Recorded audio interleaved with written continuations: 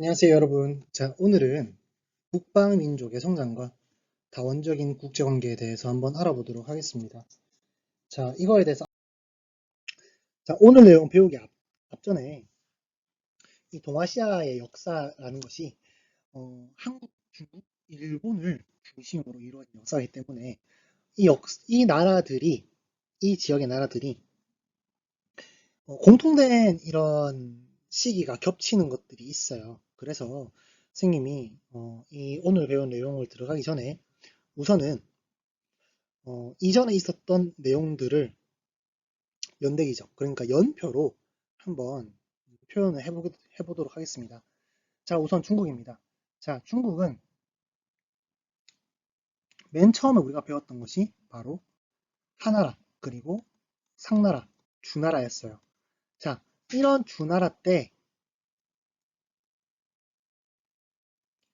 어, 봉건제의 이 봉건제의 한계로 혈 쪽이 점점 밑으로 내려가면 내려갈수록 혈련이 점점 희미해지게 되고 결국에는 중앙에 있는 주나라의 주왕이 힘이 약화가 될 수밖에 없었다라고 공부를 했었죠. 그러면서 이 주나라 봉건제의 제후들이 서로 싸우게 되는 춘추전국 시대가 있다고 공부를 했었어요.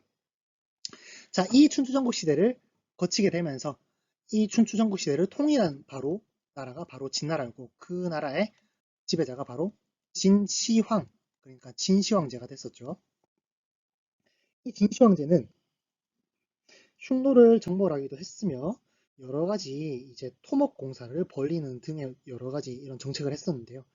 그런 정책 중에서 바로 법을 강력하게 시행해야 된다는 법과 정치 때문에 진나라는 금방 멸망하게 된다고 공부를 했었어요. 이런 진나라 멸망 후 바로 중국을 통일한 국가가 바로 한나라가 되겠죠.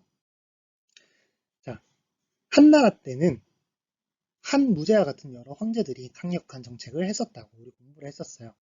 자, 그렇지만 한나라 황제의 힘이 약화되게 되고 결국에는 삼국, 위, 촉, 오, 유비, 조조, 송건이 이렇게 세력을 나누어 가지게 되었던 삼국시대가 들어서게 되었고 이 삼국을 통일한 나라가 바로 진나라라는 나라가 됐었어요. 자, 이 한족이 세웠던 진나라는 5개의 오랑캐, 5호가 위쪽에서 쳐들어오게 되면서 진나라는 남쪽으로 내려가게 되었고 북쪽에는 5개의 오랑캐가 16개의 국가를 세우는 5호 16국 시대라는 것이 전개되었다고 우리 공부를 했었어요. 자, 남쪽에는 송, 제, 양, 진의 4개의 한족이 세운 국가와 북쪽에는 5개의 국가가 세웠던 5개의 오랑캐가 세웠던 5호 16국이 전개되었고 이것을 바로 우리 남북조 시대라고 공부를 했었죠. 자, 그리고 이 북조에는 북위가 들어서게 되었고 이런 남쪽과 북조의 여러 가지 국가들이 난립을 하다가 결국에는 수나라가 중국을 통일하게 됐다고 우리 공부를 했었어요. 자, 이 수나라는 수문제, 수양제. 미안해요. 휴대폰 알람이 울려가지고 도중에 녹화를 일시정지를 눌렀어요. 자, 계속하도록 하겠습니다. 자, 수나라 때는 수문제, 수양제 두 명의 황제가 수나라를 다스렸는데요. 자, 수나라의 경우 고구려 정벌을 하는 등 많은 병력을 투자해서 고구려 정벌을 했었지만 실패를 하게 되고 그리고 수나라 때도 그러니까 캐너를 건설을 하면서 큰 토목 공사를 전개를 하자 수나라에서는 반란이 일어나게 되고 결국에는 당나라가 건국이 되게 됩니다. 자, 하지만 이 당나라도 멸망을 하게 되고 결국에는 송나라라는 국가가 들어서게 되는데요. 자, 이 송나라는 문치주의, 그러니까 글로써 나라를 다스린다는 정신을 내포하고 있었습니다. 자, 그렇기 때문에 자연적으로 무가 약화될 수밖에 없었고 이러한 상황을 틈타서 유목민족들이 나라를 건국하게 되니 그것이 바로 주로 11세기에 강성을 보였던 거란이 세웠던 요 12세기 때 강성했던 여진이 세웠던 금나라가 있습니다. 자, 오늘 선생님과 함께 이 송, 요, 금의 시기를 주로 공부해 보도록 할 거예요. 자, 다음으로 우리나라의 역사를 한번 공부해 보도록 할게요. 자, 중국의 진한이었던 시기는 우리는 바로 고조선이 있었던 시기였죠. 자, 이 고조선이 한무제의 공격으로 멸망하고 난 뒤, 자, 우리나라 한국사 때는 여러 나라의 성장, 전문용어로 원삼국, 자, 삼국의 기원이 됐던 시기를 공부를 했었어요.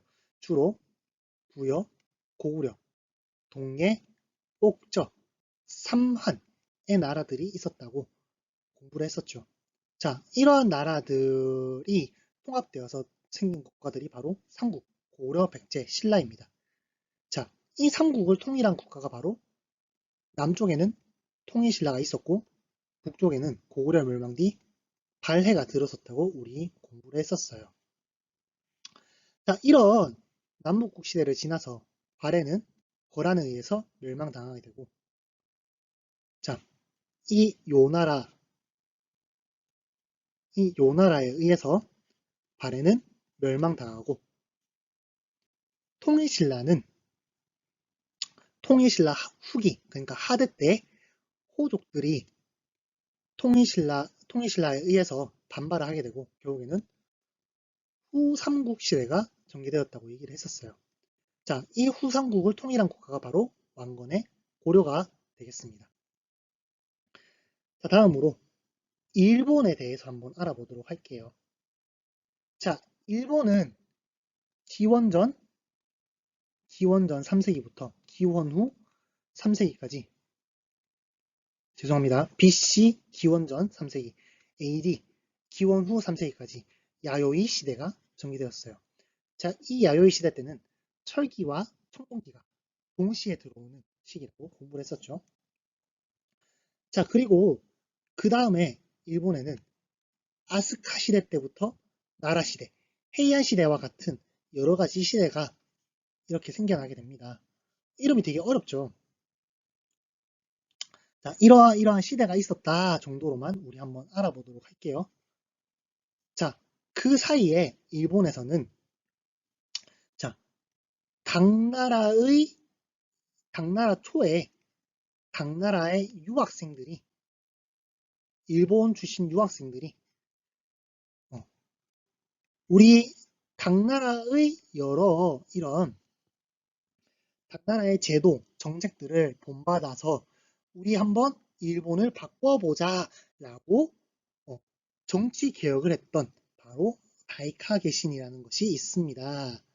자, 이 다이카 개신 이후 일본은 여러 수도로 옮기면서 나라 시대, 헤이안 시대 이런 수도로 옮기면서 나라 이름 시대가 바뀌게 되는데 그것이 바로 나라 시대, 헤이안 시대가 되겠습니다. 자, 이 헤이안 시대의 후기가 되면은요, 우리 통일신라 때 진골귀족이 힘이 강해지면서 지방의 힘이 약화됐잖아요. 그것처럼 일본에서도 헤이안 시대 후기가 되면은 귀족들 힘이 강해지면서 지방의 힘이 약화가 됩니다.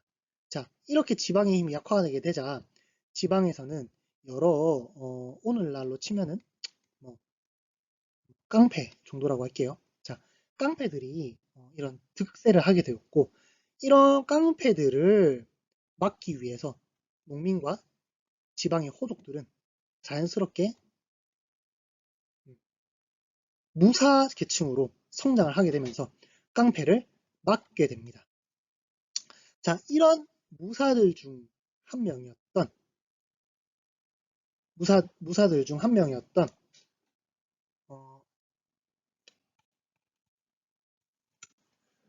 무사들 중 한 명이었던 미나모토 요리토모라는 사람이 바로 무사의 국가들을 만드니 그것이 바로 가마쿠라 국부가 되겠습니다. 자, 이렇게 중국과 일본, 한국의 역사를 시대, 연도에 따라서 이렇게 한번 표현을 해봤는데요. 자, 오늘 선생님과 함께 배워볼 시기는 바로 중국은 송, 요, 금, 우리나라 역사는 고려, 그리고 일본 역사는 가마쿠라 막부 시기가 되겠습니다. 자, 그럼 지금부터 이제 북방민족의 성장에 대한 내용을 공부를 하기 전에, 자, 그 당시 중국에는 당나라가 907년도에 멸망을 하게 되고, 5개의 국가,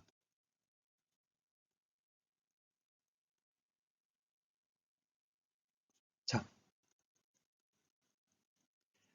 후한, 후당, 후진, 후한, 후주의 5개의 국가와 그 주변에 10개의 국가들이 이제 형세를 이루었던 양단 지난주, 자, 5개 국가와 10개 국가가 형세를 이루었던 5대 10국의 시대가 전개되게 됩니다. 자, 이 5대 10국을 통일한 국가가 바로 송나라가 되겠는데, 자, 이 송나라는 통일을 이루었던 당시에 선생님이 문치주의 국가라고 선생님이 얘기를 했었어요. 즉, 글로써 나라를 다스린다고 선생님이 얘기를 했었는데, 자, 이러한 시기에 북방 지역에서는 바로 거란이라는 민족이 성장을 하고 있었습니다. 자, 이 거란의 대장이었던 야율아보기라는 사람이 부족을 통합하고 중국으로 쳐들어왔는데요. 자, 그 당시 중국에는 연운 16주라고 불리는 아주 중요한 지역이 있었습니다. 자, 이 연운 16주는 여러분들, 자, 북경, 그러니까 베이징을 연경이라고 하거든요. 자, 바로 연주와 운주를 포함한 연운 16주를 그 당시에 거란이 차지를 했습니다. 자, 이 연운 16주를 거란이 어떻게 차지를 하게 되는가? 자, 지금 보면은 량단 지난주 짧게 5개의 국가가 중국을 다스렸는데, 자, 그 중에서도 후진을 세웠던 석경당이라는 사람이 있어요. 자, 이 석경당은 당나라의 강력한 힘을 가졌던 절도사 출신인데, 이 후당도 각각의 당나라 출신의 절도사들이 세웠던 나라들인데, 이 절도사들이 배신을 하면서 세워진 나라들이었어요. 자, 그러자 이 당나라 이제 절도사 출신인 석경당도 자신이 국가를 세우기 위해서 바로 거란의 힘을 빌렸습니다. 바로 배신을 하게 된 거죠. 자, 배신을 하면서 뭐라고 했는가? 자, 거란님, 제가 나라를 세울 수 있도록 도와주신다면 연운 16주의 땅을 드리겠습니다. 라고 하면서 거란의 도움을 받게 된 거죠. 자, 이 거란의 도움을 받으면서 준 땅이 바로 연운 16주가 되겠습니다. 자, 거란은 이 연운 16주, 아주 중요한 땅인 연운 16주를 차지하면서 국호를 요로 변경을 하며 중국으로 들어오게 됩니다. 자, 그리고 이 중국을 통일한 송은 거란과 이제 계속 싸우게 되었죠. 왜냐하면 바로 연운 16주를 차지하기 위해서였죠. 하지만 이 거란은 강력한 유목민족 국가였고, 송나라는 문치주의 국가, 즉 글을 숭배하는 국가이기 때문에 전쟁에서 굉장히 송나라가 약한 모습을 보이게 됩니다. 그렇게 되자 송나라는 결국 거란과 이런 이제 조약을 체결하게 되는데, 그것이 바로 전년의 맹약이 되겠습니다. 자, 이렇게 됨으로써, 자, 송나라는 요 나라에게 여러 가지 선물들, 뭐 이제 금, 은, 비단과 같은 여러 가지 선물들을 바치게 되면서 평화조약을 체결하게 됩니다. 자, 이 거란, 요 나라의 특징은 바로 이원적 통치 정책을 실시했다는 것인데요. 자, 이원적 통치가 무엇인가? 자, 쉽게 말해서 두 갈래라는 뜻입니다. 자, 무슨 말인가 하면 유목민족들과 한족을 다르게 다스렸다라고 보면 되겠습니다. 자, 북쪽에 있었던 유목민족들은 북명관제를 실시해서 유목민족의 풍습과 관습대로 통치를 하였고, 남쪽에 있었던 농경민, 한족들 대상으로 남명관제를 실시했다라고 보면 되겠습니다. 즉, 유목민족과 농경민을 다른 방식으로 통치했다라고 보면 되겠죠. 자, 왜 이런 식으로 거란은 통치를 했을까요? 그것은 바로 유목민족, 특히 거란들의 이런 풍속을 남겨두기 위함이었다고 보면 되겠습니다. 자, 그렇게 해서 이원적 통치를 실시했고요. 자, 이런 거란의 풍속을 남기기 위해서 거란 문자를 제작하고 고유의 풍습을 보존하기 위해서 많은 노력을 했다라고 보면 되겠습니다. 자, 이 지역이 바로 연운 16주가 되겠고요. 중국 역사에서 아주 중요한 땅이라고 보면 되겠습니다. 자, 다음으로 서하에 대해서 알아보도록 하겠습니다. 자, 서하는 티베트 지역에 있던 탕구투족이 세운 나라고요. 탕구투족의 이원호라는 사람이 건국한 나라입니다.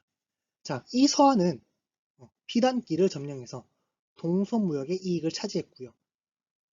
거란과 평화를 유지함과 동시에 송나라에게 전쟁을 선포하여 송나라와 싸우는 그런 모습을 보였습니다.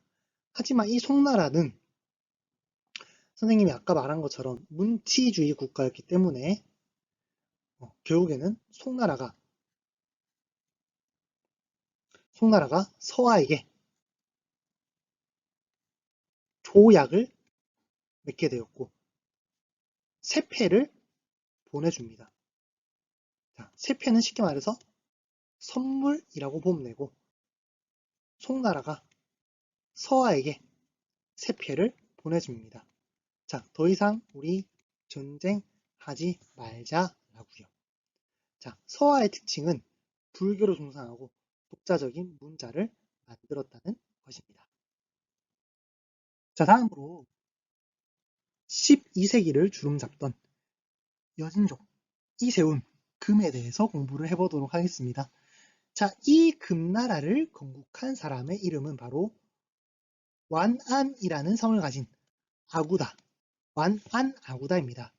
이 완안아구다는 여진족을 통합하고 금나라를 건국하게 되는데요. 자, 당시에 송나라는 석경당이 거란에게 바쳤던 연운 16주를 회복하고 싶었습니다. 자, 이러한 뜻을 알아차린 금나라는 송과 연합하여 요를 정복하게 되는데요. 자, 당시에 송은 문치주의, 자, 글로써 나라를 다스리는 나라라는 것을 알아차렸고, 금은 알아차리게 되었고, 이러한 금이 국방력이 약한 송을 공격하여 화북 지역을 차지하게 됩니다. 당시의 송나라의 수도는 변경이라고 불리는 곳인데요. 자, 이 변경이 화북 지역에 있었고 결국 수도를 함락당하게 된 송나라는 일시적으로 멸망하게 됩니다. 자, 그렇게 송나라의 황족들이 남쪽으로 내려가게 되어서 피난 가게 되어서 다시 국가를 세우게 되니 그 나라가 바로 남송이 되겠습니다. 자, 이 남송은 국가가 세워진 지 얼마 안 된, 수도가 함락당하고 세워진 지 얼마 안 된 국가였기 때문에 힘이 약할 수밖에 없었고, 이 남송은 결국 금나라와 군신 관계를 체결하게 됩니다. 자, 군신 관계가 무엇인가? 자, 군은 바로 임금을 말하는 것이고요. 신은 신하를 말하는 것입니다. 자, 그러면 이 임금에 해당되는 나라는 전쟁에서 이긴 금. 바로 신하에 해당되는 나라는 남성이 되겠죠. 자, 다음으로 이 금나라의 특징에 대해서 한번 알아보도록 하겠습니다. 자, 금나라는 거란, 요와 마찬가지로 이원적 통치를 실시했습니다. 자, 왜 그런가 하면 마찬가지로 여진족도 유목민족이기 때문이었겠죠. 자, 중국 한족에게는 주연제를 실시했습니다. 자, 이거 이름 어디서 들어본 것 같죠? 비슷하죠? 맞습니다. 군현제와 비슷하죠. 자, 그런데 이 군자가 주자로 바뀌었다고 보면 되겠습니다.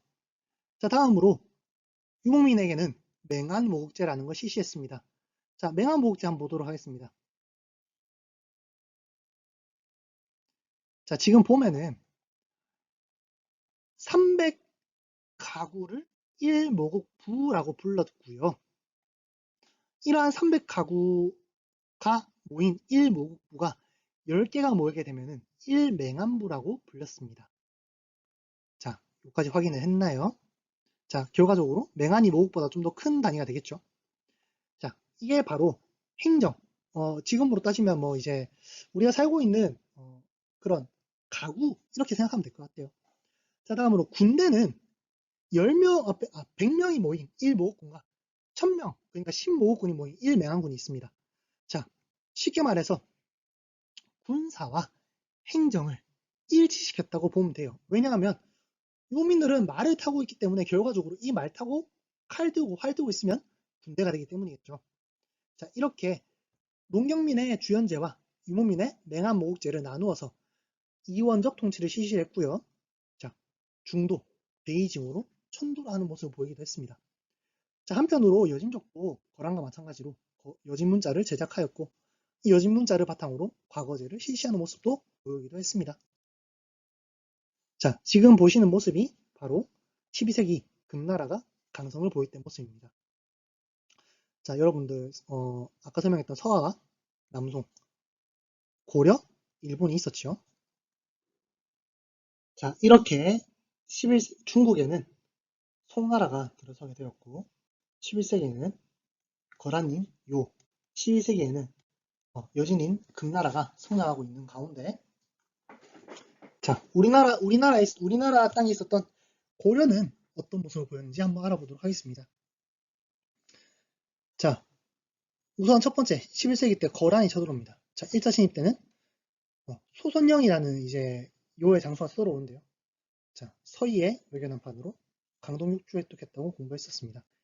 자, 2차 때는 이제 양규라는 사람이 이제 공격을 막았고요. 자, 3차 때는 강감찬 귀주 대첩을 통해서 거란을 막았었죠. 자, 이 거란의 3차 침입 결과로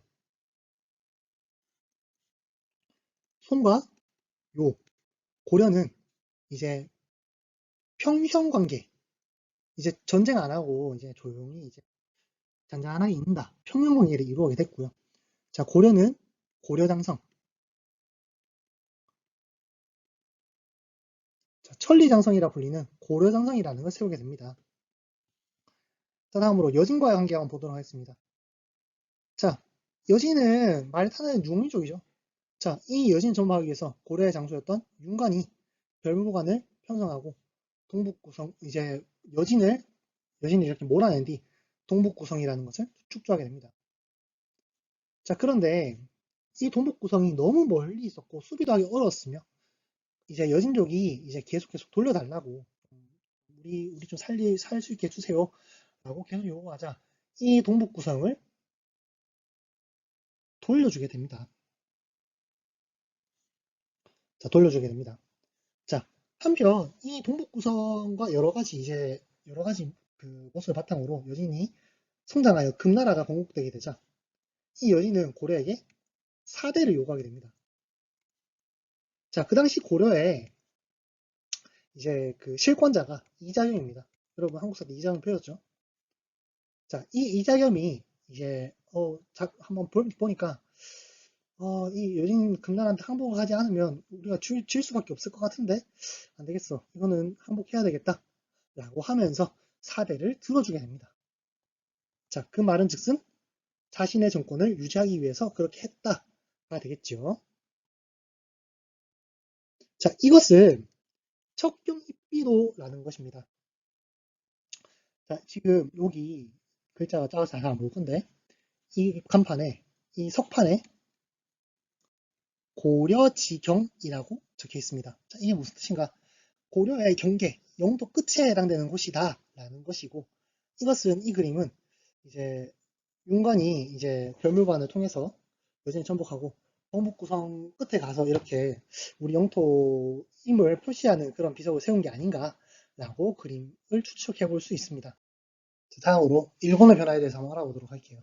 자, 일본은 자 우선 아까 다이카 계신 때처럼 당나라한테 사신을 파견하여 사흘 동안 파견하여 이제 문물을 받아온다고 했었죠. 자, 9세기경, 9세기 후반, 자, 907년에 당나라가 멸망하게 됩니다. 자, 그 이전인 800년대 후반쯤 되면은 변호사 파견을 중지하게 됩니다. 자, 그러고 이후에 송나라 고려가 들어서게 되자 이들과 경제적 문화적 관계를 유지하게 되고요. 자, 이런 일본에서 귀족 세력이 성장하게 되자 중앙에 통제력이 약화가 되게 되고 지방에서 혼란이 일어나서 깡패 등이 들어서게 되자 농민층인 묘슈와 호족이 무사가 되었으며 이들 무사가 임금 무사와 주종 관계를 맺음으로써 무사단이 형성되는 등 무사가 일본의 이제 메인이 되는 모습을 보이기 시작합니다. 자, 그 무사 중 한 명인 미나모토 노 요리토모. 자, 여기서 말하는 노는 일본어로 이렇게 하는데 이것은 멍의라는 뜻입니다. 미나모토의 요리토모라는 사람이 이제 막부를 수립하게 됩니다. 자, 막부는 쉽게 말해서 그냥 이제 정부라고 보면 되겠습니다. 자, 이제 말 그대로 정부란 뜻이고요. 자, 이제 가마쿠라 막부는 이제 미나모토의 성을 가진 사람들이 세운 정부인데 이제 거기에 실질적인 장군을 의미합니다. 이 장군은 쇼군이라고 불리는 것이고요. 자, 일본에서 왕은 이제 일본말로 천황, 그들을 천황이라 불리는 사람이지만 실질적인 권력을 가진 사람은 쇼군이라고 하겠습니다. 자, 이들은 일본 고유의 봉건제를 실시해서 막부 최고의 집권자인 쇼군이 실질적 지배를 행사하는 모습을 보이기도 했습니다. 이 시기에는 자, 교류가 증대되고 해상무역이 발달하게 되는데 자, 그 이유는 송나라 때 조선술, 배를 만드는 기술과 항해술, 바다를 나아가는 기술이 발달했기 때문입니다. 자, 그래서 송나라는 이 무역 항구에 무역을 관장하는 기구인 시박사라는 기구를 설치하였고 취안저우라는 해안 도시는 동아시아 최대 무역 항으로 성장을 했다고 합니다. 자, 다음으로 고려에서는 병란도가 국제무역항으로 발달했으며 자, 송해의 도자기가 고려 청자 제작에 영향을 주었다고 합니다. 자, 일본에서는 송해 동전을 화폐로 이용하여 상공업 발달을 촉진시키기도 했다고 합니다. 자, 이처럼 고려, 일본은 여러 국가들과 무역을 함으로써 육상 무역은 물론 해상 무역까지 발달했다고 보면 되겠습니다. 자, 지금까지 이제 오늘 배운 내용을 마무리하고요. 다음 시간부터는 몽골의 성장과 국제 질서의 일원화에 대해서 공부해 보도록 하겠습니다. 여러분 수고 많았습니다.